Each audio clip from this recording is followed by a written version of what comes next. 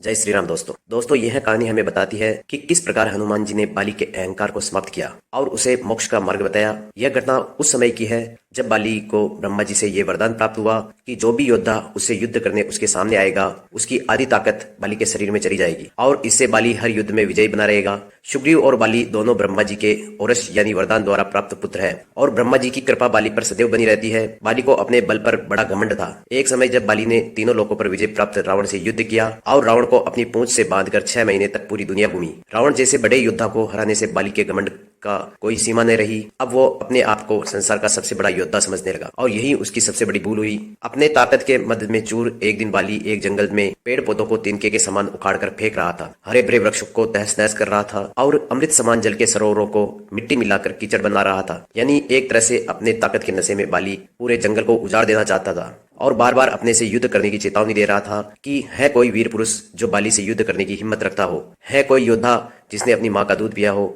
और जो बाली से युद्ध करके बाली को हरा दे। इस तरह की गर्जना करते हुए बाली उस जंगल को तहस नहस कर रहा था। उसी जंगल में हनुमान जी भी राम नाम का जाप करते हुए तपस्या में बैठे हुए थे। बाली की इस हरकत से हनुमान जी को राम नाम जपने में परेशानी होने लगी तो हनुमान जी बाली के सामने जाकर बोले, हे वीरों के वीर, हे ब्रह्महंस, हे किष्किंधा के राजकुमार बाली, आप क्यों इस शांत जंगल को अपने बल की बलि दे रहे हो और हरे भरे पेड़ पौधों को उखाड़ कर फेंक रहे हो? आप क्यों फलों से लदे वृक्षों को मसल रहे हो और अमृत समान सरोवरों में दूषित और मलिन मिट्टी मिलाकर उन्हें नष्ट कर रहे हो? इससे तुम्हें क्या मिलेगा? तुम जानते हो कि तुम्हारे औरस पिता ब्रह्मा जी के वरदान की वजह से कोई भी तुम्हें युद्ध में नहीं हरा सकता और जो कोई तुमसे युद्ध करने आएगा उसकी आदि शक्ति तुम्हारे अंदर आ जाएगी। इसलिए हे कपि राजकुमार, आप अपने बल के घमंड को शांत करो और राम नाम का जाप करो। इससे आपके मन में अपने बल का अभिमान नहीं होगा और साथ ही राम नाम के जाप करने से आपके लोक और परलोक दोनों ही सुधर जाएंगे। इतना सुनते ही अपने बल के मद में चूर बाली हनुमान जी से बोला, हे तुच्छ वानर, तू मुझे शिक्षा दे रहा है? राजकुमार बाली को, जिसने विश्व के सभी योद्धाओं को धूल चटाई है और जिसके एक हुंकार से बड़े से बड़ा पर्वत भी खंड खंड हो जाता है। जा तुच्छ वानर, जा और तू ही भक्ति कर अपने राम नाम की। हनुमान जी ने कहा, प्रभु श्री राम तीनों लोकों के स्वामी हैं, उनकी महिमा अपरंपार है। प्रभु श्री राम तो वो सागर है जिसकी एक बूंद भी जिसे मिले वो भाव सागर को पार हो जाए। इतने में बाली बोला, इतना ही महान है तेरा राम तो बुला जरा, मैं भी तो देखूं कितना बल है उसकी भुजाओं में। बाली के भगवान राम के प्रति ऐसे कटु वचन हनुमान जी को क्रोध दिलाने के लिए पर्याप्त थे। हनुमान जी बोले, हे बल के मद में चूर बाली, तू क्या प्रभु श्री राम को युद्ध में हराएगा? पहले उनके इस तुच्छ सेवक को तो युद्ध में हरा कर दिखा। तभी बाली बोला, ठीक है, कल नगर के बीचों बीच तेरा और मेरा युद्ध होगा। हनुमान जी ने भी बाली की बात मान ली और बाली ने भी नगर में जाकर घोषणा करवा दी कि कल नगर के बीच मेरा और हनुमान का युद्ध होगा। अगले दिन तय समय पर जब हनुमान जी बाली से युद्ध करने के लिए अपने घर से निकलने ही वाले थे तभी उनके सामने ब्रह्मा जी प्रकट हुए।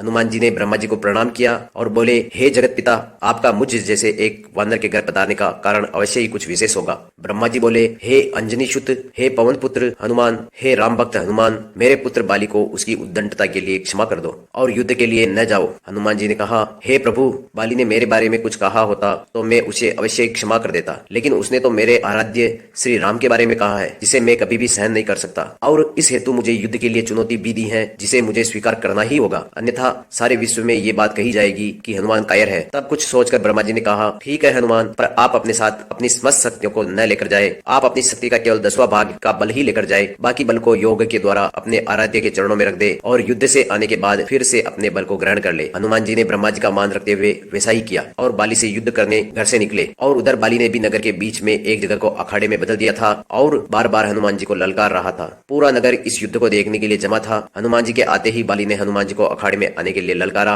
ललकार सुनकर जैसे ही हनुमान जी ने अपना एक पांव अखाड़े में रखा, उनकी आदि शक्ति बाली के शरीर में चली गई और जैसे ही हनुमान जी की आदि शक्ति बाली के शरीर में समाई, बाली का शरीर बल के प्रभाव से फूलने लगा। उसका शरीर फटकर उससे खून निकलने लगा। बाली को कुछ समझ नहीं आ रहा था। तभी ब्रह्मा जी बाली के पास प्रकट हुए और बाली को कहा, पुत्र, जितना जल्दी हो सके यहाँ से दूर चले जाओ। बाली को इस समय कुछ समझ नहीं आ रहा था। उसने सिर्फ ब्रह्मा जी की बात को सुनी और वहाँ से भाग गया। 100 मील से ज्यादा दौड़ने के बाद बाली थक कर गिर गया और जब कुछ देर बाद उसे होश आया तो अपने सामने ब्रह्मा जी को देखकर बोला, ये सब क्या है परमपिता? हनुमान से युद्ध करने से पहले मेरे शरीर के फटने की वजह क्या है? तब ब्रह्मा जी बोले, पुत्र, जब तुम्हारे सामने हनुमान जी आए तो उनके शरीर का आधा बल तुम में समा गया, तब तुम्हें कैसा लगा? बाली ने कहा, परमपिता, मुझे ऐसा लगा कि मेरे शरीर में शक्ति का सैलाब उमड़ रहा है और ऐसे लगा जैसे इस समस्त संसार में मेरे तेज का सामना कोई नहीं कर सकता, पर साथ ही साथ ऐसा भी लग रहा था जैसे मेरा शरीर अभी का अभी फट जाएगा। तभी ब्रह्मा जी बोले, हे बाली, बाली, मैंने हनुमान जी को उनके बल का केवल 10वां भाग ही लेकर तुमसे युद्ध करने को कहा था, पर तुम तो उनके 10वें भाग के आधे बल को भी सहन नहीं कर सके। सोचो, यदि हनुमान जी अपने समस्त बल के साथ तुमसे युद्ध करने आते तो उनके आधे बल से तुम उसी समय फट जाते।